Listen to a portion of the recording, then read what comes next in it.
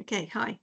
My name is Lucy Vento. I'm a clinical psychologist and I work for the Education Wellbeing Service in Sutton, which is part of the wider CAMHS provision.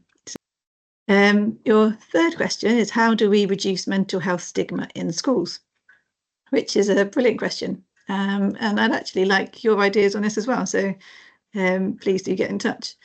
In terms of what I think that there is an improved awareness of mental health and well-being in recent years, particularly since COVID, perhaps. And some people feel that there's less stigma in acknowledging any difficulties with well-being or mental health, and they're more able to reach out for support, because we know that there's been a much higher rate of people asking for mental health and well-being support across the country. However, there is a wide variety of how much stigma is there in different communities and different schools and different cultures. So I think it does vary a lot. In terms of what stigma is and why it's there, I understand it to be it's there because of a lack of understanding, a lack of open discussions or ability to talk about them, and then fear that results from that lack of awareness, understanding, and then the secrecy that is felt is needed because people don't understand. So if that's what stigma is and the reason for it, then in my opinion, to reduce the stigma, we need to think about those areas. So how do we improve understanding and confidence in having those conversations? So what we're doing is we're training some school staff in how to help with understanding mental health and well-being and how to have some of those conversations.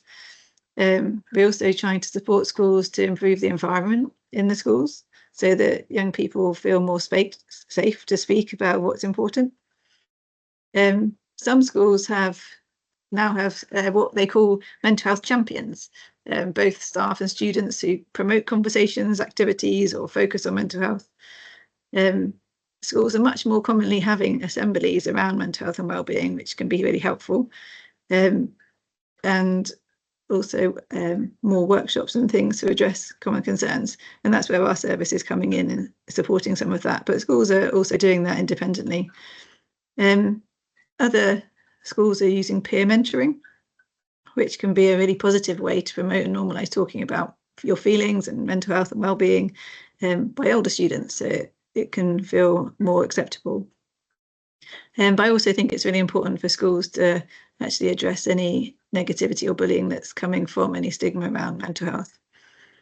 So like I've said, our teams can help with quite a lot of those things, but actually really interested in your views as young people in the borough and what you think might be helpful.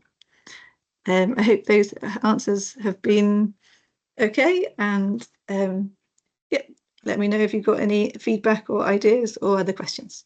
Thank you.